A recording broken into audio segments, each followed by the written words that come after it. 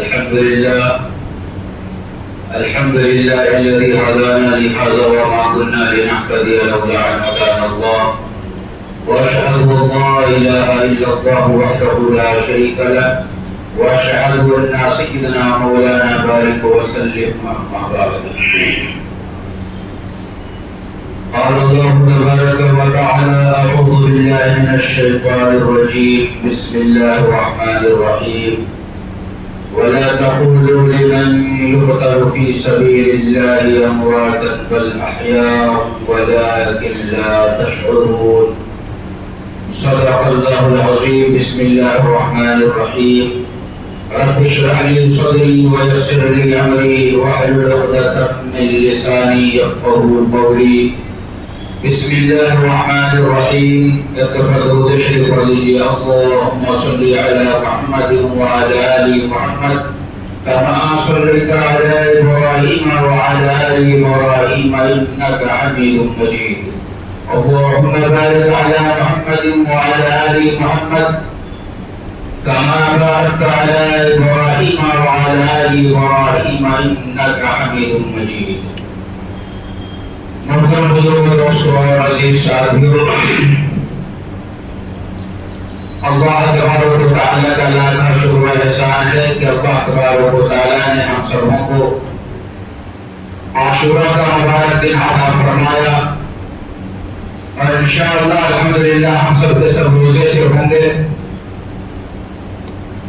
افطار سے پہلے چند ساعت ہم سبوں کو بیٹھ کر کے حضرت امام حسین رضی اللہ تعالی عنہ کی سیرت اور کربلا کا واقعہ سننے کا موقع عطا فرمایا ہے۔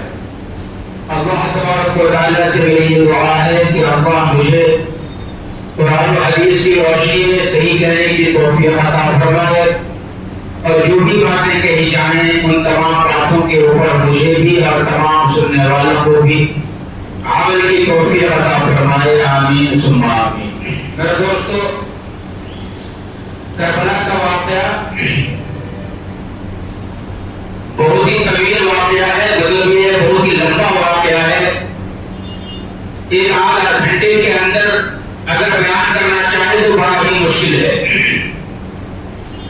اس لیے آپ اکثر دیکھتے ہوں گے کہ جمعہ کے موقع سے بھی مکمل واقعہ ایک ہی جمعہ میں بیان نہیں کیا جاتا، بلکہ جتنا وقت ہوتا ہے اسی وقت میں تھوڑا تھوڑا کر کے بیان کیا جاتا ہے۔ ابھی گزشتہ جمعہ میں نے آپ حضرات کے سامنے کربلا کے واقعہ جو پیش آیا اس سے پہلے کا جو واقعہ تھا اس واقعے کا ذکر آپ کے سامنے کیا تھا، اور گزشتہ جمعہ صدر صاحب نے ہمیں یہ کہا کہ ماں بقیہ جو بات ہے وہ جلسہ جب ہم رکھیں گے تو اس کے اندر آپ بیان کر دیجئے تو زیادہ بہتر ہوگا۔ تو صدر صاحب کے حکم کے اوپر میں انشاءاللہ ماں بقیہ بات جو آگے رہ گئی ہے وہ آج آپ کے سامنے مکمل طور پہ ذکر کرنے کی کوشش کروں گا۔ اللہ ہمیں اچھے طور پہ بیان کرنے کی توفیق عطا فرمائے۔ آمین۔ میرے دوستو، یزید جب خلیفہ بنا، یاد رکھیے یزید حضرت امیر معاویہ رضی اللہ تعالی عنہ یہ ان کا صاحبزادہ ہے۔ یزید صحابی رسول نہیں ہے، اس بات کو یاد رکھیے گا۔ گزشتہ جمعہ میں نے یہ کہا تھا کہ جب حضرت امیر معاویہ رضی اللہ تعالی عنہ کی طبیعت خراب ہونے لگی اور آپ کو یہ یقین ہو گیا کہ اب میرے چلاؤ کا وقت قریب آ گیا ہے،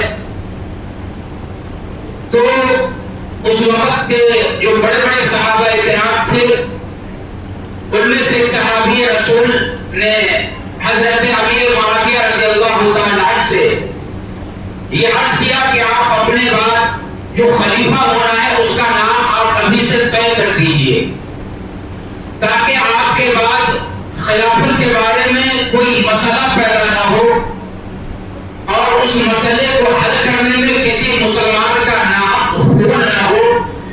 اس لیے ہمارا مشورہ ہے کہ آپ نام طے کر دیجئے۔ تو آپ نے کہا کہ کس کا نام طے کیا جائے، تو مشورے میں یہ بات آئی کہ آپ اپنے بیٹے یزید کا نام دیجیے. یاد رکھیے گا حضرت امیر معاویہ رضی اللہ تعالی عنہ کو دل کے اندر اطمینان نہیں تھا کہ وہ اپنے بیٹے کا نام طے کرے. آپ نہیں چاہتے تھے کہ آپ کے بعد آپ کا بیٹا خلیفہ بنے، لیکن لوگوں نے جب مشورہ دیا تو آپ نے نام طے کر دیا. اور جس وقت میں علماء کرام کا یہ کہنا ہے کہ جس وقت میں نام طے کیا گیا تھا اس وقت میں آپ کا فسق اور فجور لوگوں کے سامنے ظاہر نہیں ہوا تھا، یا پھر آپ اس وقت تک فسق کے اندر یعنی گناہوں کے اندر مبتلا نہیں تھے. نام طے کر دینے کے بعد کہ میرے بعد یہ خلیفہ ہوگا، آپ کئی مہینہ تک امیر معاویہ زندہ ہے اس دنیا کے اندر. یہ معاملہ فسق و فجور کا اس وقت میں جب معلوم ہوا جب حضرت امیر معاویہ کا انتقال ہو چکا تھا، جب آپ باقاعدہ ولی عہد منتخب ہو گئے امیر معاویہ کے بعد، جب جا کر کے لوگوں کے سامنے یہ بات آئی کہ بھائی آپ کے اندر یہ کمی ہے، یہ کمی ہے، یہ کمی ہے.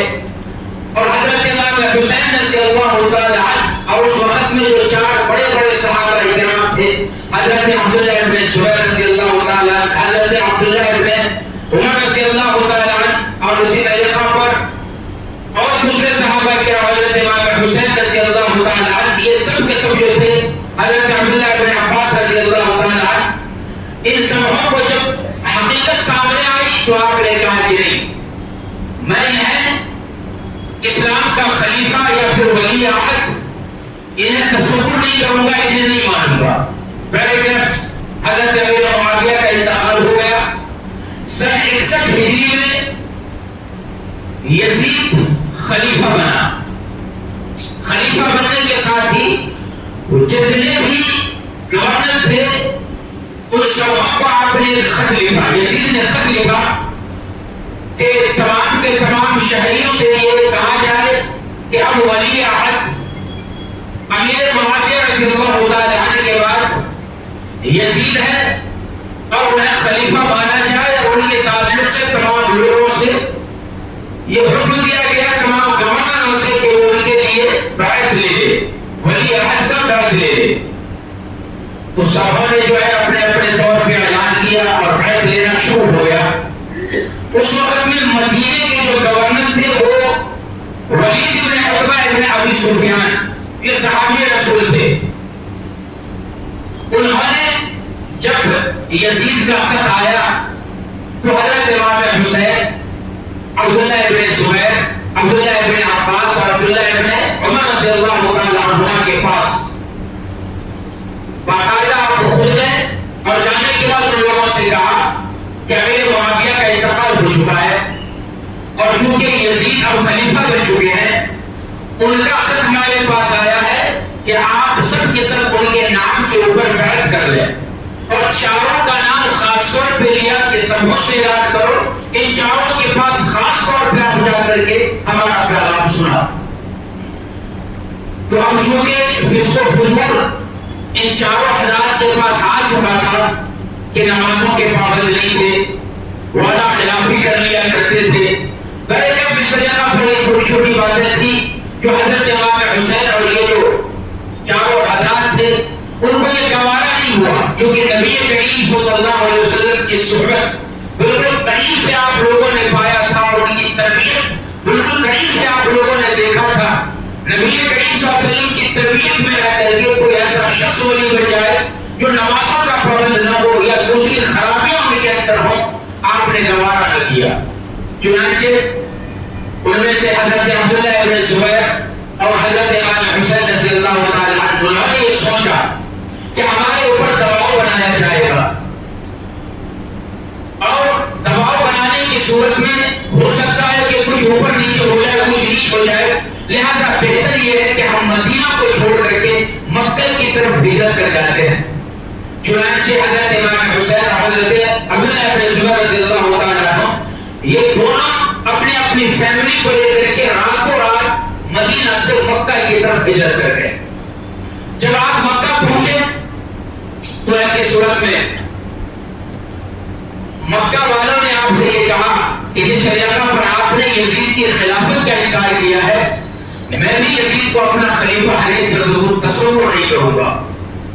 چنانچہ ان میں سے کچھ لوگ کی روایت میں یہ ہے کہ حضرت عبداللہ ابن زبیر کے ہاتھ کے اوپر خلافت کا بیعت جو آپ لینے لگے، اسی درمیان میں کوفہ والوں نے حضرت امام حسین رضی اللہ تعالیٰ عنہ کی خدمت میں خطوط لکھنا شروع کیے، اپنے وفد کو بھیجنا شروع کیے۔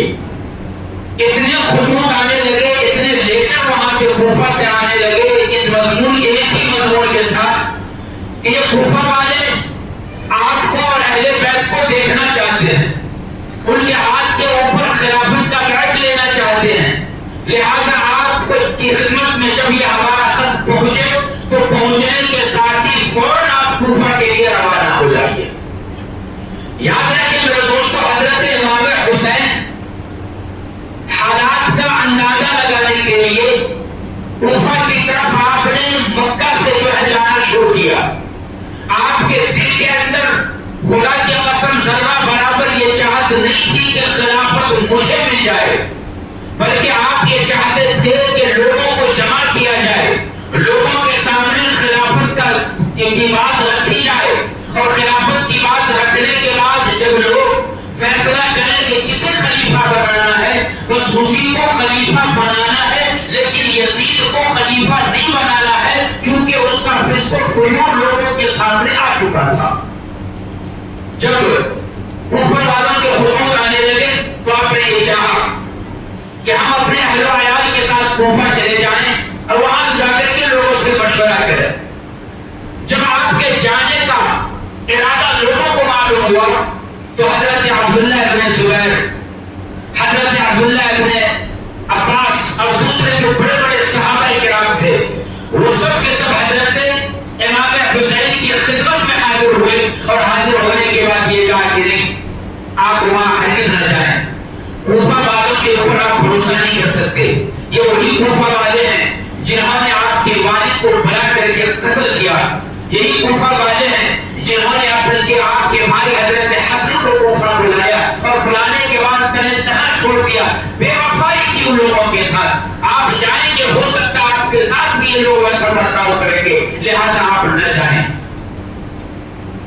لیکن میرے دوستو، حضرت امام حسین رضی اللہ تعالی عنہ کے سامنے جب مکہ کے بڑے بڑے لوگ آ کر کے یہ کہنے لگے اور اصرار کرنے لگے کہ آپ نے کوفہ نہیں جانا ہے، تو پھر مجبور ہو کر کے حضرت امام حسین رضی اللہ تعالی عنہ نے ایک ارشاد فرمایا کہ نانا جان نے مجھے بات کا حکم دیا ہے، نانا جان نے مجھے بات کا حکم دیا ہے، محمد مصطفیٰ صلی اللہ علیہ وسلم نے۔ لوگوں نے پوچھا کہ وہ بات کیا ہے، تو حضرت امام حسین رضی اللہ تعالی عنہ نے ارشاد فرمایا کہ یاد رکھو، نانا جان نے مجھے پسند دی ہے کہ یہ بات میرے اور نانا جان کے درمیان ہے، تیسرا جانتا ہے تو اللہ تبارک و تعالیٰ کی ذات، اس کے علاوہ کوئی نہیں جانتا ہے مجھے بدلانے سے۔ انکار کیا ہے کہ آپ نے ہرگز نہیں بدلاؤں گا، میری جان کیوں نہ چلی جائے۔ تو میرے دوستوں، نانا جان کا چونکہ حکم تھا، لوگوں کا اصرار تھا کہ آپ نے کوفہ نہیں جانا ہے، نانا جان کا حکم ہے کہ آپ نے کربلا کے میدان تک پہنچنا ہے، چنانچہ نانا جان کے حکم کی تکمیل کرتے ہوئے آپ آگے بڑھ رہے ہیں، لیکن اس سے پہلے لوگوں کے مشورہ کو بھی آپ کو ماننا ہے۔ آپ نے کہا کہ ٹھیک ہے، میں پہلے نہیں جاتا ہوں، میرے جانے سے پہلے میں اپنے چچا زاد بھائی مسلم ابن عقیل رضی اللہ تعالی عنہ کو میں کوفہ بھیجتا ہوں۔ رب کائنات کے قسم، حضرت امام حسین رضی اللہ تعالی عنہ اپنے کوفہ پہنچنے سے پہلے حضرت مسلم ابن عقیل رضی اللہ تعالی عنہ جو آپ کے چچا زاد بھائی تھے ان کو بھیجا۔ حضرت علی کے بیٹے حضرت امام حسین اور حضرت عقیل کے بیٹے حضرت مسلم کے بیٹے عقیل کے بیٹے مسلم، حضرت عقیل اور حضرت علی رضی اللہ تعالی عنہ یہ دونوں کے دونوں سگے بھائی تھے، ایک کے بیٹے حضرت امام حسین، دوسرے کے بیٹے مسلم ابن عقیل رضی اللہ تعالی عنہ۔ چچا زاد بھائی ان کو بھیجا، آپ مدینہ طیبہ پہلے گئے مکہ سے، مدینہ طیبہ میں جا کر کے پھر اس کے بعد آپ کوفہ کے لیے روانہ ہوئے۔ جب آپ کوفہ پہنچے، مختار نامی ایک شخص اس کے گھر کے اندر آپ نے قیام کیا۔ میرے دوستوں، جب آپ کوفہ پہنچے ہیں تو اہل کوفہ کے پاس حضرت امام حسین کا خط حسین بن عقیل رضی اللہ تعالی عنہ پڑھ کر کے سناتے تھے، لوگوں کے رونگٹے کھڑے ہو جاتے تھے۔ حضرت حسین بن عقیل رضی اللہ تعالی عنہ نے لوگوں میں اعلان کیا کہ امام حسین رضی اللہ تعالی عنہ نے مجھے بھیجا ہے کوفہ کے حالات کا اندازہ لگانے کے لیے، جب میں حالات سے مطمئن ہو جاؤں گا پھر میں امام حسین کے لیے ایک لیٹر لکھوں گا، اور لیٹر ملنے کے بعد پھر کوفہ کو وہ آئیں گے۔ چنانچہ میرے دوستو چند دنوں کے اندر کوفہ کے 18,000 مسلمانوں نے حضرت امام حسین کے لیے مسلم بن عقیل رضی اللہ تعالی عنہ کے ہاتھ کے اوپر بیعت خلافت لے لی۔ روز بروز یہ تعداد بڑھتا جب چلا گیا تو حضرت مسلم بن عقیل رضی اللہ تعالی عنہ نے یہ اندازہ لگا لیا کہ کوفہ اور عراق کے تقریباً سارے کے سارے مسلمان مرد و خواتین حضرت امام حسین کے ہاتھ کے اوپر بیعت کرنے والے ہیں اور لینے والے ہیں۔ چنانچہ آپ نے ایک خط لکھ دیا حضرت امام حسین کو۔ حضرت امام حسین کو جب وہ خط ملا تو ملنے کے ساتھ ہی آپ اپنے فیملی کے ساتھ، اہل بیت کے ساتھ اور مسلم بن عقیل کے گھر والوں کے ساتھ آپ کوفہ کے لیے روانہ ہو گئے۔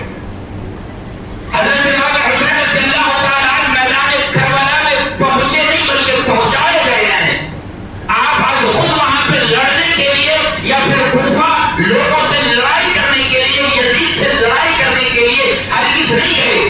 کوئی شخص اگر میدان کارزار میں دشمنوں سے مقابلہ کرنے کے لیے اگر جاتا ہے تو وہ تنے تنہا یا پھر نوجوانوں کے ساتھ جاتا ہے، اپنے گھر کے بچوں کے ساتھ، اپنے گھر کی عورتوں کے ساتھ ہرگز نہیں جاتا۔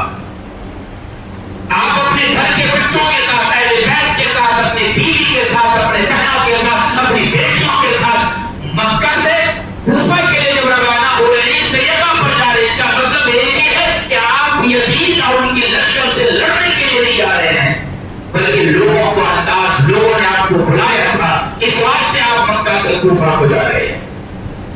چنانچہ میرے دوستو نکل گئے، بڑے بڑے صحابہ کرام پولیس کو روکنے کے لیے آئے، لیکن میرے دوستو اس دفعہ کسی کی بات نہ سنے۔ پھر آپ نے یہ کہا کہ ہمیں نانا جانے کا حکم ہے، لہٰذا مجھے جانا۔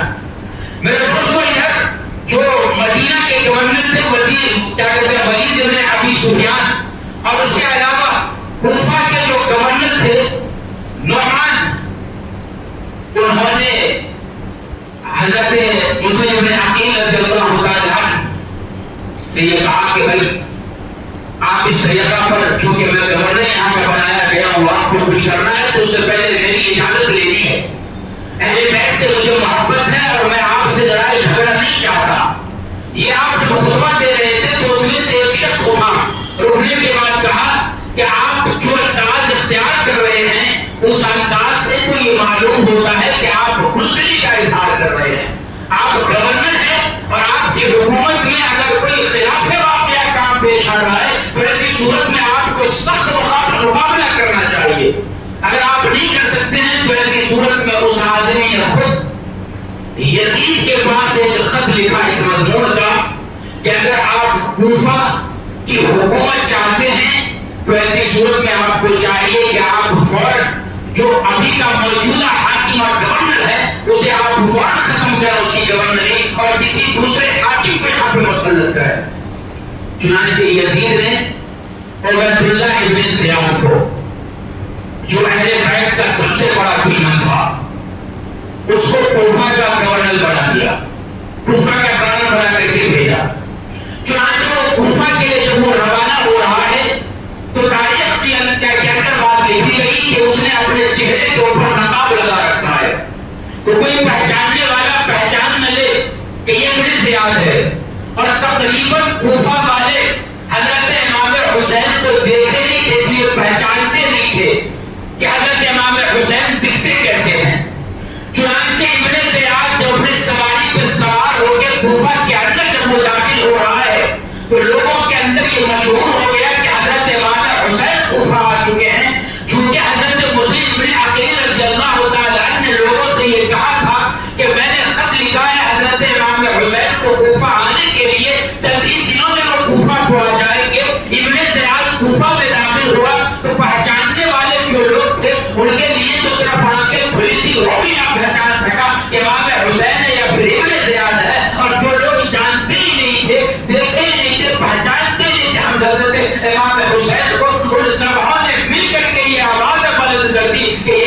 امام حسین ہے، اور ان کا استقبال کوفہ کے اندر بالکل دل کھول کر کے کیا گیا۔ یہ منظر دیکھ کر کے ابن زیاد اندر کوتا تھا کہ دیکھو پورا کوفہ کے اندر تو کیا کہتے ہیں امام حسین رضی اللہ تعالی عنہ کا بالکل غلبہ ہو چکا ہے، اور سارے لوگ نے اپنا جو خلیفہ تصور کر رہے ہیں۔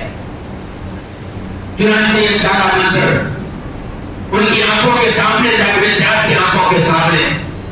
وہ اس وقت میں جو گورنر تھا پہلے سے بنایا ہوا نعمان ابن بشیر، ان کے پاس گیا، دروازہ اس نے بند کر لی کہ امام حسین آگے۔ انہوں نے یہ سوچا، اندر ہی سے کہا کہ دیکھیے آپ کی محبت ہمارے دل میں ہے، اہل بیت سے بھی ہم محبت کرتے ہیں، اللہ کے نبی محمد مصطفیٰ سے بھی ہماری محبت ہے، چونکہ میں یہاں کا گورنر ہوں اس لیے میں آپ کو آزادی سے اس طریقہ پر کچھ بھی بولنے کی اجازت نہیں دیتا۔ ہاتھوں میں سے اس نے جہاں قریب میں جا کر کے دروازے سے کاغذ لگا کے اپنے منہ کو لگا کر کے کہ میں حسین نہیں بلکہ ابن زیاد ہوں، دروازہ کھولو۔ چنانچہ دروازہ کھولا گیا، اندر کے دروازہ کو بند کیا گیا اور کہا گیا کہ یزید نے مجھے تمہاری جگہ پہ خلیفہ بنا کر کے بھیجا ہے۔ چنانچہ اس کو معزول کر دیا گیا، یہ خلیفہ بنا، اور بننے کے ساتھ ہی مسجد کے اندر آیا، اور آنے کے بعد نماز کے بعد ایک لمبا چوڑا اس نے تقریر کیا، لوگوں کو جمع کیا، تمام کوفہ والوں کو جمع کیا، اور جمع کرنے کے بعد میرے دوست کو انہوں نے جو خطبہ دیا، خطبے کے اندر یہ کہا کہ بھائی پہلے کا جو گورنر تھا نعمان ابن بشیر اسے معزول کر دیا گیا ہے، مجھے عبید اللہ ابن زیاد کو کوفہ کا گورنر بنایا گیا ہے، میں آج سے تم سبوں کا حاکم ہوں، جو لوگ میری باتوں کو مانے گا، میری ہاں میں ہاں ملائے گا، تو ایسی صورت میں میرا کاندھا اس کے لیے سامنے جھکا ہوا ہے، میں مشرک باپ سے بھی زیادہ ان کا خیال رکھوں گا، لیکن جس نے میری باتیں نہ مانی تو ایسی صورت میں یاد رکھو میری تلوار ہوگی اور ان کی گردن ہوگی، ان کے سر کو تن سے جدا کر دیا جائے گا۔ پھر اس کے بعد آپ اس نے ابن زیاد نے یہ اعلان کیا کہ تمام کوفہ کے آنے والے راستے کو بند کر دیا جائے، اب کوفہ کے اندر جو لوگ موجود ہیں وہ کبھی باغوں جو اس وقت میں ہمارے حکم کے بعد نہ باہر جائے گا نہ باہر کا کوئی آدمی اندر کوفہ کے اندر آئے گا۔ پھر اس کے بعد یہ اعلان کیا کہ ہم نے سنا ہے کہ مسلم عقیل حسین رضی اللہ تعالی عنہ کے لیے بیعت خلافت کو لے رہے ہیں، یاد رکھو ہر گھر کی تلاش کی جائے گی، جس کے گھر کے اندر مسلم عقیل پایا جائے گا ان کو ان کے گھر کے سمیت مکمل طور پہ جلا دیا جائے گا۔ اب میرے دوستو یہ اعلان ہونے کے بعد سارے لوگ اپنے اپنے گھر کو چلے گئے، جانے کے بعد سب چھوڑنے لگے، یہ ظاہر سی بات ہے حکومت ہے، حکومت آج بھی اگر کچھ اعلان کر دے تو ایسی صورت میں آدمی سوچتا ہے کہ بھائی اپنی زبان بھی نہ کھولے، ہم اپنی زبان سے اگر کچھ کہہ رہے ہیں کچھ لکھ رہے ہیں تو آدمی لکھنا بند کر دیتا ہے، دوستوں کے درمیان اس طریقہ پر گفتگو کرنا بند کر دیتا ہے کہ ہر کسی کو اپنی جان کی بڑی ہوتی ہے۔ ابن زیاد کا جب یہ اعلان ہوا تو ہر کوئی یہ سوچنے لگا کہ مسلم ابن عقیل کہاں ہے، کس کے گھر میں ہے، ان کی اگر خبرگیری کر دی گئی تو ایسی صورت میں اسے بھی ہلاک کیا جائے گا اور گھر کو بھی جلا دیا جائے گا۔ چنانچہ میرے دوستو حضرت مسلم ابن عقیل رضی اللہ تعالی عنہ کو جب یہ بات معلوم ہوئی کہ بھائی اعلان کیا گیا اور میری خبرگیری کر دی جائے گی تو ایسی صورت میں میرے دوستو مسلم ابن عقیل رضی اللہ تعالی عنہ وہ فوراً اپنے جگہ کو بدل لیا، اور جگہ بدلنے کے بعد حانی ابن عروہ ہے ان کے گھر میں جا کر کے آپ نے بنا لی، ان کے گھر کے اندر جا کر کے چھپ گئے۔ ادھر جب اعلان ہوا اور ابن زیاد نے چال بازی کی، 300 درہم ایک آدمی کو دیا اور اس کام پہ لگا دیا کہ تم اس 300 درہم کا استعمال کرو اور مسلم ابن عقیل کہاں چھپے ہوئے ہیں آپ اس کا پتہ لگاؤ۔ چنانچہ مسجد میں گیا، سارے مسلمان ہیں، مسجد میں گیا، صبح کی نماز کے بعد ان کو پتہ چلا کہ حانی ابن عروہ کے گھر کے اندر یہ چھپا ہوا ہے، اور حانی ابن عروہ کہ گھر کے اندر جو آنا جانا تھا کسی صاحب کا تھا، اس کے پاس ہو گیا، جا کر کے سلام کیا اور کہا کہ بھائی میں شام کا باشندہ ہوں، مجھے میرے دل میں اللہ نے اہل بیت کی محبت رکھی ہے، ہم نے یہ سنا ہے کہ کیا کہتے ہیں مسلم ابن عقیل امام حسین کے لیے بیعت لے رہے ہیں، یہ 300 درہم ہے، میں آپ کو دیتا ہوں، آپ میری ملاقات کرا دو، اگر نہیں کرا سکتے تو یہ 300 درہم مسلم ابن عقیل کے خدمت میں جا کر کے پیش کر دو۔ اس نے سوچا کہ بھائی بڑا مسلم مخلص آدمی معلوم ہوتا ہے. کہا کہ آپ گھبرائیے نہیں، میں آپ کی ملاقات کراتا ہوں. چنانچہ 300 درہم لے کر کے مسلم امیر کی خدمت میں وہ پہنچ گیا. دیکھ لیا کہ کہاں پہ ہے اور ابن زیاد بلا کر کے خبر دے دی. میرے دوستوں، اسلام کو ہمیشہ ان روپیوں اور پیسوں کے لالچی لوگوں سے ہمیشہ نقصان پہنچا ہے. آج کے دور میں بھی مسلمانوں میں کچھ لوگ ایسے ہیں جو روپیوں کے چکر میں اور روپیوں اور پیسوں کی لالچ میں آ کر کے اپنے ایمان تک کا سودا کرنے کو تیار ہوتے ہیں. آج بھی ہیں، اس وقت میں بھی تھا اور آنے والے دنوں میں بھی ایسے لوگ پائے جاتے رہیں گے. اللہ ہم سبوں کے ایمان کے اندر مضبوطی پیدا فرمائے. آمین ثم آمین. بہرکیف میرے دوستو، حضرت مسلم بن عقیل رضی اللہ تعالیٰ عنہ کو گرفتار کرنے سے پہلے ابن زیاد نے حانی ابن عروہ کو گرفتار کیا، اپنے پاس اسے بلایا اور لوگوں کے اندر لوگوں نے مشہور کر دیا کہ حانی ابن عروہ کا قتل کر دیا گیا ہے. جب یہ خبر کوفہ کے اندر پھیلتی ہے تو ایسی صورت میں سارے کے سارے کوفہ والے جس گھر کے اندر، جس عمارات کے اندر ابن زیاد اپنے لوگوں کے ساتھ بیٹھا ہوا تھا، چاروں طرف سے اس عمارت کو گھیر لیا گیا. آوازیں بلند ہونے لگی تو ابن زیاد بالکل مشکل کے اندر پھنس گیا کہ اب کیا کریں. لوگ اس طریقہ پر سڑکوں پہ آ گئے ہیں، ہم اس کا مقابلہ نہیں کریں گے. تو ایسی صورت میں جو لوگ سادات کے تھے، جو بڑے بڑے قبیلوں کے سردار ابن زیاد کے پاس اس وقت میں بیٹھے ہوئے تھے، ان سبوں سے کہا کہ جاؤ عمارات کے چھت کے اوپر چل جاؤ، باہر جاؤ، لوگوں سے جا کر کے ملو، انہیں ڈراؤ، حکومت سے دھمکاؤ، اور اگر اس سے نہ مانے تو ایسی صورت میں مال و دولت کا لالچ دو کہ تمہیں یہ حکومت کے اندر یہ عہدہ دیا جائے گا، یہ مال و دولت دی جائے گی. یہ تمام طریقہ اس وقت میں بھی لوگ اپناتے تھے اور آج بھی لوگ اپنا رہے ہیں، حکومت اپنا رہی ہے. چنانچہ جب اعلان کیا گیا میرے دوستوں، ادھر حضرت مسلم عقیل رضی اللہ تعالیٰ عنہ کو یہ بات معلوم ہوئی کہ تمام کے تمام کوفہ والے ابن زیاد جہاں ٹھہرا ہوا ہے اس گھر کو مکمل طور پہ گھیر لیا ہے. تو آپ فوراً باہر تلوار لے کر کے نکلے. 18,000 وہ مسلمان جنہوں نے حضرت مسلم عقیل کے ہاتھ کے اوپر بیٹھ کے خلاف حضرت امام حسین کے لیے لیا تھا، وہ تم تمام کو سبوں کو جمع کر لیا اور جمع کرنے کے بعد سب کو اکٹھے ہوئے. تو ایسی صورت میں ابن زیاد نے اس طریقہ پر اعلان کروایا، ڈرایا، دھمکایا اور ڈرانے دھمکانے سے بھی کام نہ چلا. تو ایسی صورت میں انہوں نے مال و دولت کی لالچ دی. میرے دوستو، آہستہ آہستہ سارے لوگ کوفہ کے گلیوں کو مکمل طور پہ خالی کر دیے. تاریخ کے اندر یہ بات لکھی گئی کہ حضرت مسلم بن عقیل رضی اللہ تعالیٰ عنہ کے ارد گرد جو 18,000 مسلمان تھے، ایک نماز کے اندر تو آپ کے پیچھے یہ سارے کے سارے لوگوں نے نماز ادا کی، لیکن اس کے بعد جب دوسری اور تیسری نماز کا وقت آیا تو ایسی صورت میں مکمل طور پہ آپ تنہا تنہا امامت کرا رہے ہیں. یہ منظر دیکھ کر کے آپ حیران و پریشان ہو گئے کہ کیا تھا اور کیا ہو گیا ہے. یہی کوفہ والے تھے جنہوں نے مکمل طور پہ چند دنوں میں 18,000 مسلمانوں نے بیٹھ کے خلافت لے لی، اور آج جب باری آئی ہے ساتھ دینے کا تو سارے کے سارے کوفہ والے پیچھے ہٹ گیا اور ساتھ چھوڑ دیا. ابھی تنہا تنہا کوفہ کے گلیوں کے اندر بھٹک رہے ہیں، جانے تو آخر جائے کہاں، کس طریقہ پر کہاں جا کر کے اپنے آپ کو بچائے اور چھپائے. چنانچہ ایک عورت اپنے بیٹے کے انتظار میں اپنے دروازے پہ کھڑی تھی.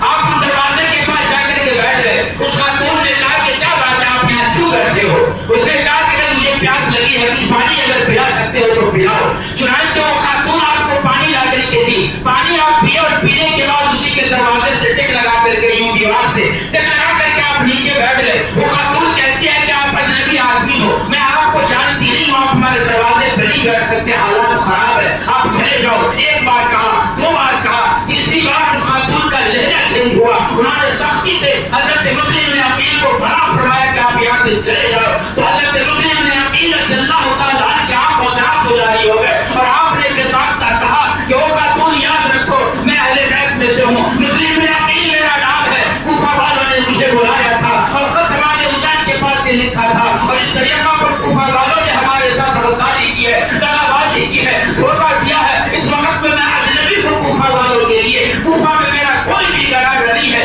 کوئی بھی رشتہ دار نہیں ہے. ایسی صورت میں میں جاؤں تو کہاں جاؤں؟ اگر آپ چاہیں تو ایسی صورت میں اپنے گھر میں مجھے پناہ دے دو.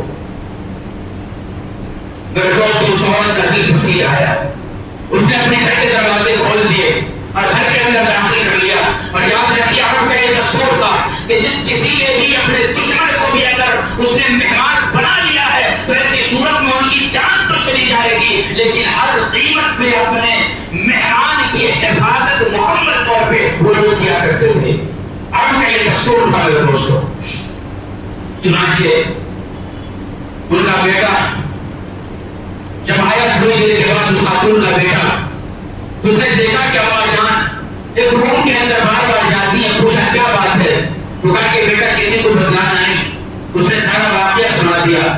چونکہ وہ عیار خود سن کے ابن زیاد کا آیا تھا، سوچا کہ اگر میں نے خبر نہ دی تو کسی بھی طریقہ سے خبر پہنچ جائے گی، ہم بھی جائیں گے، ہمارا گھر بھی جائے گا۔ چنانچہ اسے جا کر کے حکومت کی بات پہنچا دی ابن زیاد تک۔ 72 آدمیوں کے ساتھ ابن زیاد نے حضرت مسلم بن عقیل کو گرفتار کرنے کے لیے لوگوں کو بھیجا، اپنے فوج کو بھیجا۔ آئے ان کا مقابلہ ہونے لگا۔ مسلم بن عقیل رضی اللہ تعالیٰ تنہا ان سبوں کا مقابلہ کر رہے ہیں، لیکن کسی کی ہمت نہیں ہے کہ مسلم بن عقیل کو گرفتار کر سکے۔ بلاخر زخموں سے چور ہو گیا، آپ نیچے بیٹھ گئے۔ بیٹھنے کے بعد آ کر کے کہا کہ بھائی تم اپنے آپ کو ہمارے حوالے کر دو، تمہارے ساتھ اچھا برتاؤ کیا جائے گا۔ چنانچہ آپ نے اپنے آپ کو ان کے حوالے کیا۔ حوالہ کرنے کے ساتھ ہی فوراً تلوار لے لی گئی۔ تو حضرت مسلم نے عقیل نے کہا کہ بھائی تم نے تو یہ وعدہ کیا تھا کہ تمہارے ساتھ کچھ برا تعلق نہیں، برا کام نہیں کیا جائے گا، برا سلوک نہیں کیا جائے گا، پھر تلوار میں تم نے میرے سے لے لی، یہ پہلی وعدہ خلافی تم نے کر دیا۔ لیکن پہلے کیا میرے دوستو مختصر یہ ابن زیاد کے پاس حضرت مسلم بن عقیل کو پہنچا دیا گیا۔ جب ابن زیاد کے پاس پہنچے تو آپ کی آنکھوں میں آنسو جاری تھا۔ ابن زیاد نے کہا کہ دیکھو لگتا ہے موت کے ڈر سے رو رہا ہے۔ ابن زیاد نے کہا کہ موت کا ڈر تمہیں ہو رہا ہے تو ایسی صورت میں امام حسین کے خلاف باتیں کرو۔ حضرت مسلم بن عقیل رضی اللہ تعالیٰ عنہ یہ کہنے لگے کہ وہ یاد رکھو مرعوس، میں موت کے ڈر کی وجہ سے نہیں رو رہا ہوں، بلکہ میں دوسرا کس وجہ سے رو رہا ہوں۔ آنکھوں سے آنسو جاری ہے کہ میں نے حضرت امام حسین رضی اللہ تعالیٰ عنہ کو کوفہ آنے کے لیے خط لکھ دیا ہے، قریب آنے والے اور پہنچنے والے ہوں گے۔ جس طریقہ پر تم لوگوں نے اور کوفہ والوں نے ہمارے ساتھ یہ معاملہ کیا، ہم قریب امام حسین اور اہل بیت کے ساتھ بھی تم سب کے سب ایسا ہی معاملہ کرو گے۔ اس واسطے میں رو رہا ہوں۔ برکہ میرے دوستو، حضرت مسلم بن عقیل رضی اللہ تعالیٰ عنہ کے ساتھ بہت ہی زیادہ مکالمہ ہوا ابن زیاد کا۔ ان کو امارات کے سب سے پہلی منزل کے اوپر یعنی آخری منزل کے اوپر لے جایا گیا۔ وہاں پہ جا کر کے کہا کہ امام حسین کے لیے سخت اور سست قول اعوذ باللہ، لیکن حضرت مسلم بن عقیل رضی اللہ تعالیٰ عنہ نے حضرت امام حسین کی تعلیم میں کلمات کہے، یزید کو برا بھلا کہا، ابن زیاد کو برا بھلا کہا، پھر اس کے بعد آپ کو عمارت کی بلندی سے نیچے گرا دیا گیا اور آپ کو شہید کر دیا گیا۔ انا للہ و انا الیہ راجعون۔ شہادت سے پہلے آپ نے ایک خط لکھا تھا حضرت امام حسین کے نام، اس کے اندر حالات مکمل طور پہ آپ نے بتلا دیا تھا اور یہ کہا تھا کہ دیکھو یہ خط امام حسین تک پہنچا دو تاکہ یہ خط ملنے کے بعد وہ پھر سے واپس مکہ کو چلے جائے۔ قادسیہ مقام ہے، جب وہاں پہ آپ پہنچے ہیں تو حضرت امام حسین کی خدمت کے اندر مسلم بن عقیل کا پھر سے بھیجا ہوا دوسرا خط ملا، جس کے اندر خود گرفتاری اور مسلم بن عقیل کو شہید کیا جا رہا ہے اس کی اطلاع جب ملی تو آپ وہاں پہ مسلم بن عقیل کے جو چاہنے والے جو ان کی فیملی کے لوگ تھے ان سے کہا کہ دیکھو اب یہاں سے واپس ہو جاؤ، کوفہ والوں نے ہمارے ساتھ دھوکہ کیا ہے، مسلم بن عقیل کو لوگوں نے شہید کر دیا ہے، لیکن ابن عقیل حضرت مسلم بن عقیل کی اولاد نے یہ کہا کہ نہیں، ہم آگے جائیں گے اور قصاص کے طور پہ ہم ان لوگوں سے مقابلہ کریں گے۔ چنانچہ ہم آگے بڑھے۔ آگے جب بڑھے ہیں تو میرے دوستو حر ابن یزید 1000 کا لشکر لے کر کے، دوپہر کا وقت ہے، 1000 کا لشکر لے کر کے حضرت امام حسین رضی اللہ تعالیٰ عنہ کے پاس آ کر کے وہ کھڑا ہو گیا۔ چونکہ ابن زیاد یہ چاہتا تھا کہ کسی بھی طریقہ سے حضرت امام حسین کو کیا کہتے ہیں شہید کر دیا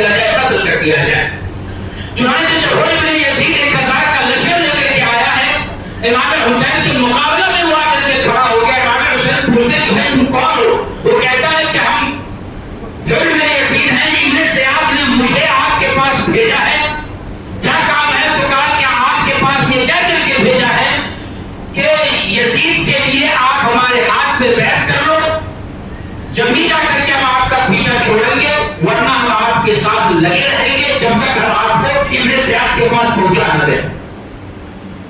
حضرت امام حسین رضی اللہ تعالیٰ نے اس وقت میں کہا کہ میں ہرگز تمہارے ہاتھ پہ یزید کے لیے بیعت لے ہی نہیں سکتا، اگر مجھے لینا ہوتا تو میں مدینے کے اندر ہی لے لیتا، مدینہ کے گورنر کے ہاتھ کے اوپر، لیکن ہمیں تمہارے ہاتھ کے اوپر بیعت لینا ہی نہیں ہے۔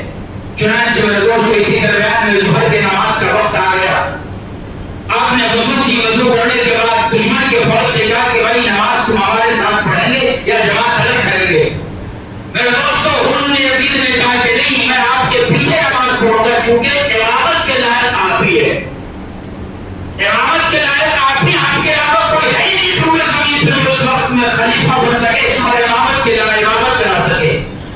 وہ تمام کے تمام لشکر بھی یہ چاہتا تھا کہ امام حسین امامت کے لائق ہے، وہ امامت کرے اور خلیفہ بھی بنے، لیکن ابن زیاد اور یزید یہ چاہتا تھا کہ کسی بھی طریقہ سے ہمارے راستے کا کانٹا نوز باللہ انہیں ہٹا دیا جائے۔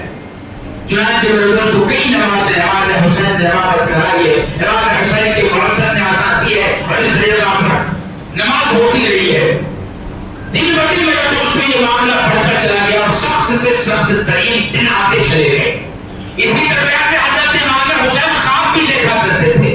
آپ کو اسی درمیان میں ہوگا کہ آپ تھوڑا سا ایسا سوتے اور ایک دفعہ بیدار ہوئے چیخ کر کے، تو آپ کی کیا کہتے ہیں بڑا بیٹا علی اکبر آپ کے پاس آیا، بجٹ کیا ہوا، کیوں آپ نے چیخیں ماری ہیں اور کیا بات ہے؟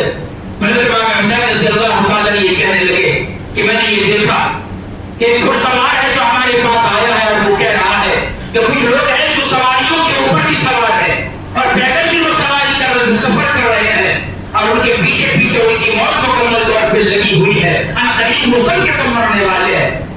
تو ایسی صورت میں ہم نے یہ سوچا کہ موت ہمارے ساتھ چل رہی ہے اور ہم ہی مرنے والے ہیں۔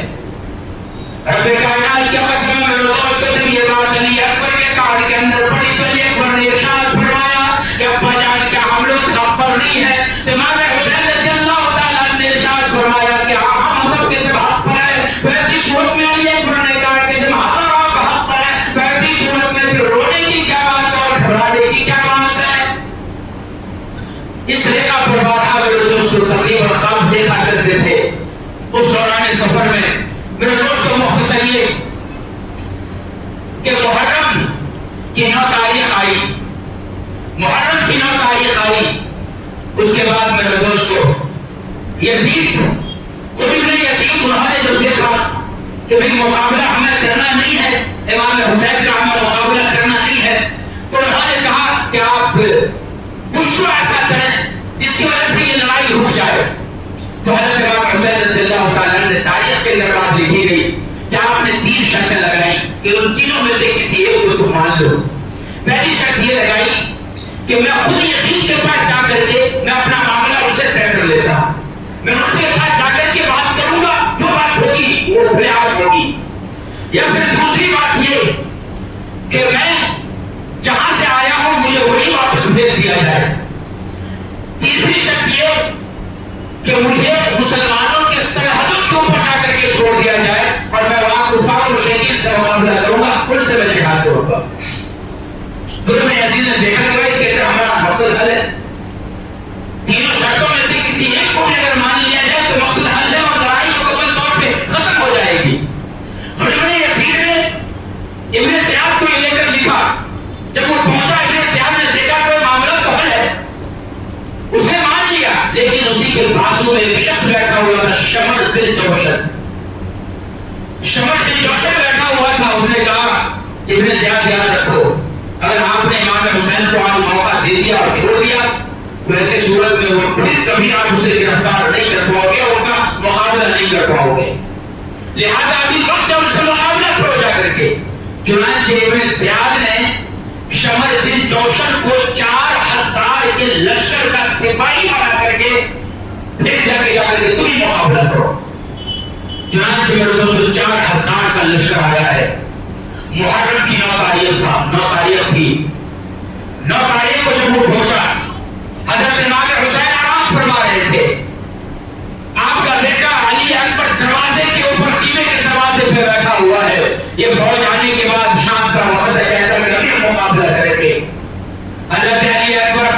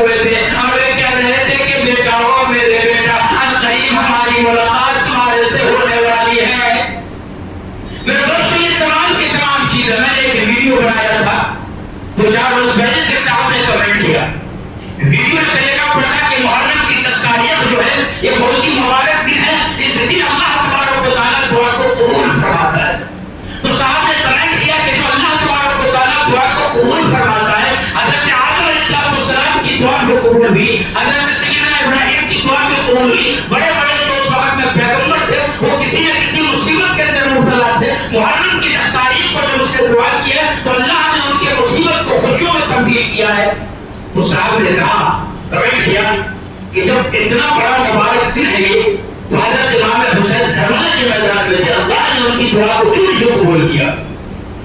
میرے دوستو، حدیث کے اندر نبی کریم صلی اللہ علیہ وسلم نے ارشاد فرمایا ہے، جب حضرت امام حسین چھوٹے بچے تھے اور آپ ان کے گود کے اندر کھیل رہے تھے تو آپ نے اس وقت میں آپ کے بوسہ ہوتا کو بوسہ دیا تھا. حضرت جبرائیل امین اس وقت میں موجود تھے. جس وقت امام حسین کے ہونٹ کو بوسہ نبی کریم صلی اللہ علیہ وسلم نے دیا تو اس وقت میں میرے دوستو حضرت جبرائیل علیہ السلام نے یہ کہا تھا کہ اے میرے محبوب یاد رکھیے کربلا کا میدان ہوگا، آپ کا نواسا مکمل طور پہ وہ نوجوان ہوگا اور کربلا کے میدان میں دشمنوں کے ہاتھے اس کے ہونٹ کے اوپر پنچھی اور بھالے مارے جائیں گے اور آپ کو شہید کر دیا جائے گا. یہ پیشین ہوئی اللہ تبارک و تعالیٰ کے حکم سے. حضرت جبرائیل علیہ السلام نے محمد مصطفیٰ صلی اللہ علیہ وسلم کو سنایا. تو اس کا مطلب کیا ہے کہ اللہ تبارک و تعالیٰ نے تقدیر میں یہ بات لکھ دی کہ شہادت کی موت جو ہے نصیب ہوگی. کربلا کے میدان کے اندر موت پیش آنا ہے چونکہ اللہ تبارک و تعالیٰ نے موت کا وقت بھی متعین کیا ہے اور جگہ کو بھی متعین کر دیا ہے. تو ایسی صورت میں محرم کی 10 تاریخ ہو یا اس کے علاوہ کوئی دوسرا مبارک دن ہو، اس کے اندر جائے کہ دعا کرنے والا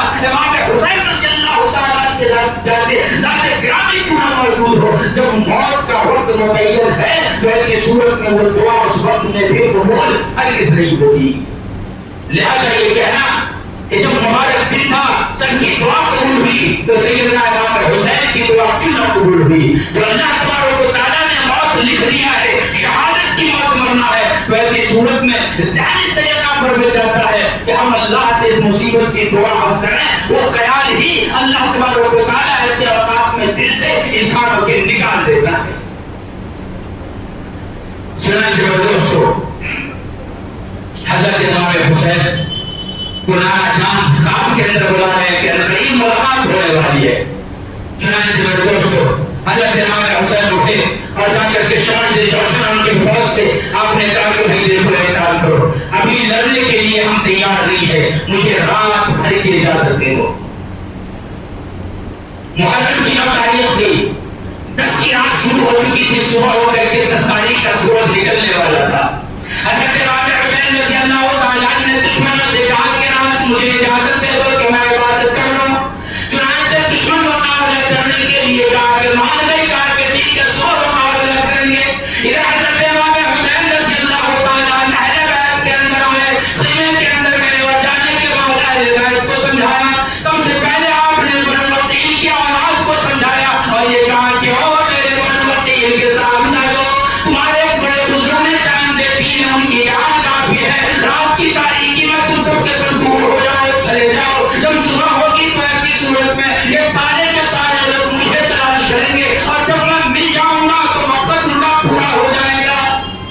بنو وکیل یہ کہنے لگے کہ ہم لم ہماری عمر بڑھے یہ دعا نہ کر، ہم لم ہماری عمر بڑھے یہ دعا نہ کر، جب آپ نہیں تو جی کے بتا کیا کریں گے؟ ہم اپنوں کے پاس جا کر کے کیا منہ دکھائیں گے؟ جب آپ ہی زندہ نہیں رہیں گے تو ہم جی کر کے کیا کریں گے؟ اور ہم لوگوں کے پاس جائیں گے، لوگ ہمیں تانا دیں گے کہ اپنے بوڑھوں کو لوگوں دشمنوں کے سامنے تلواروں کے سائے میں جا کر کے چھوڑ آئے، اپنی جان کو بچا کر کے لے آئے. میں ہرگز اس کو گوارا نہیں کروں گا. جو ہوگا آپ کے سامنے ہوگا. آپ اگر شہید ہوں گے تو آپ سے پہلے ہم شہادت کا جام پیئیں گے. اس کے بعد حضرت امام حسین رضی اللہ تعالیٰ خواتین میں گئے، عورتوں کو جا کر کے سمجھایا اور یہ کہا کہ میری بہنوں، میری ماؤں، یاد رکھو آج کی رات ہمارے لیے آخری رات ہے اور کل کا دن ہمارے لیے آخری دن ہوگا. نانا جان سے ملاقات کا وقت مکمل طور پر قریب آ چکا ہے. جب ہمیں شہید کر دیا جائے تو آپ یہ وصیت کر رہے ہیں، جب مجھے شہید کر دیا جائے تو ایسی صورت میں میرے ناش کے اوپر تم کپڑے پھاڑ کر کے رونا نہیں، چیخنا چلانا نہیں، ماتم نہیں کرنا. یہ حضرت امام حسین خود وصیت اپنے گھر کی عورتوں سے کر رہا ہے، بیت سے کر رہے ہیں. وہ لوگ حضرت امام حسین کے نام پہ پورا 1 محرم سے لے کر کے 10 محرم تک مکمل طور پہ ماتمی جلوس نکالتے ہیں اور نہ جانے کس طریقہ پر حضرت امام حسین کو یاد کرتے ہیں کہ حضرت امام حسین سے محبت ہے یا پھر دشمنی ہے. اگر محبت ہوتی تو حضرت امام حسین کی اس وصیت نامے کو وہ ضرور پڑھتے، اس کے اوپر عمل کرنے کی کوشش کرتے، جس کے اندر امام حسین نے اپنی کرنے سے منع فرمایا تھا. ان کے نام پہ ہونے والے دشمنی نکال رہے ہیں اور یزیدیوں کا ساتھ دے رہے ہیں. میں نے کہا میرے دوستو یہ وصیت کرنے کے بعد پوری رات استغفار میں، نمازوں میں، ذکر و اذکار میں حضرت امام حسین رضی اللہ تعالی عنہ نے جو ہے گزاری ہے. ہم تمام حسینیوں کو چاہیے، حضرت امام حسین سے محبت کرنے والوں کو چاہیے کہ ہم بھی جب اس طریقہ کا موقع آئے تو ایسی صورت میں ہم حضرت امام حسین کے لیے بیٹھے جیسا ہم اور آج آپ بیٹھے ہوئے ہیں. اللہ تبارک و تعالیٰ ہمارے اس بیٹھنے کو قبول فرمائے. ہمارے اور آپ کے دل میں حضرت امام حسین کے لیے محبت ہے، اس واسطے ہم بیٹھے ہیں. اگر نہیں ہوتی تو ایسی صورت میں ہم بھی دوسروں کی طرف گھوم رہے ہوتے اور ماتمی جلوس دیکھ رہے ہوتے. یہاں پہ بیٹھ کر اس بات کی علامت ہے میرے دوستو کہ الحمدللہ ہمارے دل میں حضرت امام حسین اور اہل بیت سے محبت ہے. اللہ تبارک و تعالیٰ ہماری اور آپ کی اس محبت میں اور اضافہ فرمائے. اور جو لوگ باہر ہیں، جو لوگ اپنے گھروں میں ہیں، اللہ ان سبوں کے دلوں میں بھی امام حسین کی سچی پکی محبت پیدا فرمائے. اور جو لوگ بھٹکے ہوئے ہیں اللہ تبارک و تعالیٰ ان سبوں کو راہ راست پہ لانے کی توفیق عطا فرمائے. اب میرے دوستو رات مکمل طور پر عبادت میں گزری حضرت امام حسین اور اہل بیت کی. صبح جب ہوا فجر کی اذان ہوئی، نماز آپ نے پڑھائی. نماز پڑھانے کے بعد سب بندی ہو گئی، دشمنوں نے بھی اپنے سب کو باندھ لیا. لیکن حضرت امام حسین نے کہا کہ آخر وقت میں ان کفر والوں کو للکارا جائے، انہیں احساس دلایا جائے کہ آخر تم نے کیا کیا ہے، تم نے کیا کیا ہمارے ساتھ. میرے دوستو حضرت امام حسین نے لوگوں سے خطبہ دیا اور کہا کوئی کوفہ والو، مجھے کوفہ والو مسافر نہ سمجھو، میں آیا نہیں ہوں، بلایا گیا ہوں. شمس نے جعفر سے کہا کہ تم نے ہمارا مقابلہ کرنے کے لیے 4000 کا لشکر تم لے آئے، لیکن تمہیں معلوم نہیں ہے کہ ان لشکروں کے اندر جتنے بھی لوگ ہیں یہ کوفہ والے، ان سبوں نے ہمیں خط لکھے ہیں. یہ 15,000 خطوط یہ تھیلوں کے اندر مکمل طور پہ یہ بند ہے. آپ نے پورا مکمل طور پہ وہ لے لیا. ایک ایک خط کو آپ نے اٹھایا اور تمام کوفہ والوں کا نام لیا. او فلاں ابن فلاں، تم نے یہ خط نہیں لکھا تھا. او فلاں ابن فلاں، تم نے یہ خط نہیں لکھا تھا. او فلاں ابن فلاں، تم نے یہ خط نہیں لکھا تھا. تمہارے خط کے بھیجے جانے کی وجہ سے میں تمہارے پاس آیا ہوں. میں بلایا ہوا ہوں، میں خود سے آیا ہوا نہیں ہوں. خدا کی قسم تمام کوفہ والوں نے اس وقت میں جن کا نام لیا گیا جو وہاں پہ موجود تھے مکمل طور پہ وہ پیچھے آ گئے کہ مجھے اس خط کے بارے میں نہیں معلوم، میں نے تو نہیں لکھا ہے. شمس نے جب کہنے لگا اس خط کے بارے میں ہمیں ذرا برابر نہیں معلوم ہے کہ کس نے آپ کو بلایا ہے. لیکن یہاں پہ بات تو یہی ہے کہ آپ اسی وقت میں یزید کے ہاتھ ہے، میرے ہاتھ کے اوپر یزید کے لیے بیعت کرو، یعنی تو پھر مقابلہ کرنے کے لیے تیار ہو جاؤ. حضرت امام حسین رضی اللہ تعالی عنہ نے اس وقت کو ارشاد فرمایا کہ کوفہ والو، تم مجھے کیوں قتل کرنا چاہتے ہو؟ کیا میں نے کسی کا قتل کیا ہے کہ اس کے اعتراض میں تم مجھے قتل کرتے ہو؟ کیا میں نے کوئی گناہ کا کام کیا ہے نعوذ باللہ کہ جس کے جرم میں مجھے قتل کیا جائے گا؟ کیا تم نے میرے حسب و نسب کو نہیں دیکھا؟ کیا نانا جان محمد مصطفیٰ صلی اللہ علیہ وسلم نے میرے اور میرے بھائی حسن کے بارے میں وہ مشہور حدیث نہیں فرمائی؟ کیا تمہارے تک وہ حدیث نہیں پہنچی جس کے اندر میرے نانا جان نے ارشاد فرمایا تھا کہ میرا بیٹا جنت میں نوجوانوں کا سردار ہوگا؟ کیا میری ماں سیدہ فاطمہ کے تعلق سے میرے نانا جان نے نہیں کہا تھا کہ وہ عورتوں کی جنت کے اندر سردار ہوں گی؟ کیا یہ حدیث تم تک نہیں پہنچی تھی؟ کیا پھر بھی تم مجھے جو ہے قتل کرو گے، مجھے شہید کرو گے، مجھے اس طریقہ پر تنہ تنہا تم چھوڑ دو گے؟ میرے دوستو جن کو دھوکے سے کوفے بلایا گیا، جن کو دھوکے سے کوفے بلایا گیا، جن کو بیٹھے بیٹھائے سجایا گیا، جن کے بچوں کو پیاسا رلایا گیا، جن کے بچوں کو پیاسا رلایا گیا، اس حسین ابن حیدر پہ لاکھوں سلام.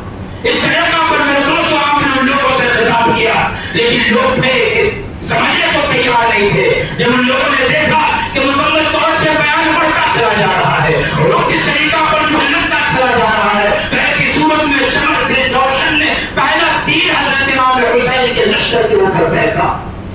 پھر اس کے بعد میرے دوستو دونوں طرف سے تیر چلنا شروع ہوئے اور تلواریں چلنی شروع ہوئی. حضرت امام حسین کی طرف سے ایک جاتے تھے اور وہاں پہ کئی لوگوں کو مار کر کے واپس آتے تھے. مقابلہ وہاں پر ہوتا تھا. ایک ایک کر کے حضرت امام حسین کے سارے ساتھی میرے دوستوں مکمل طور پر شہید ہو گئے. پانی 3 دن سے پہلے بند کر دیا گیا تھا.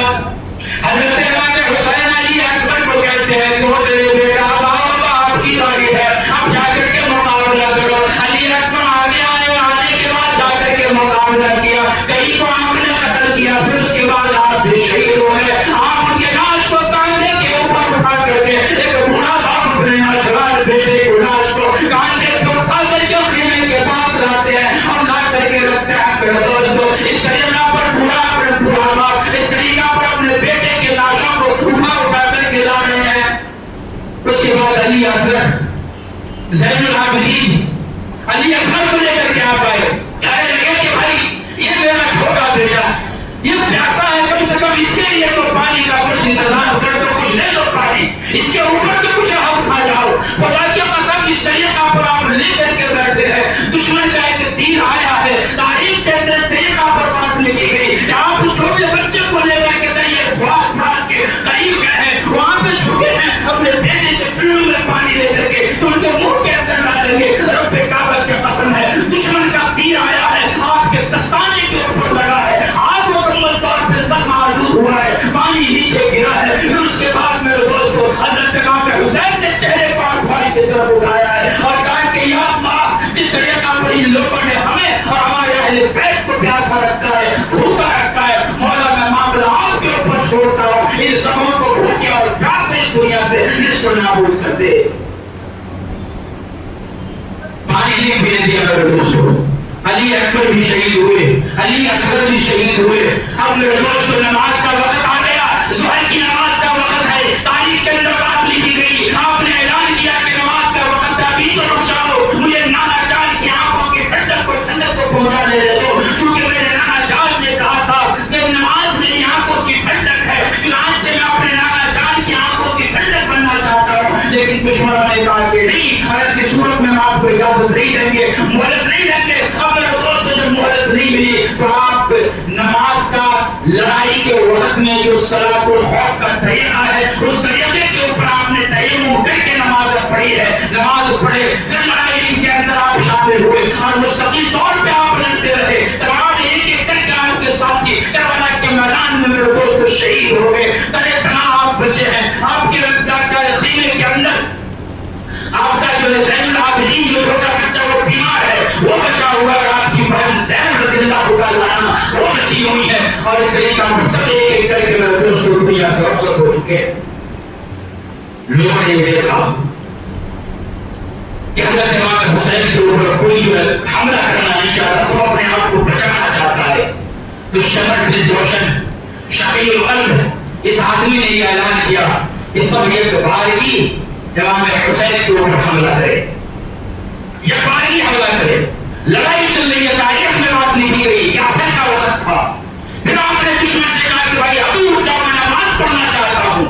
رب کائنات کی قسم حضرت امام حسین رضی اللہ تعالیٰ عنہ تیمم کرنے کے بعد نماز کے لیے آپ نے نیت باندھی ہے. سر سجدے کے اندر ہے, دشمن کی دیکھا میں آ کر کے آپ کے اوپر تیر مارا, آپ زخمی ہو گیا اور شدت کی حالت میں آپ نیچے زمین کے اوپر بے ہوش ہو گئے.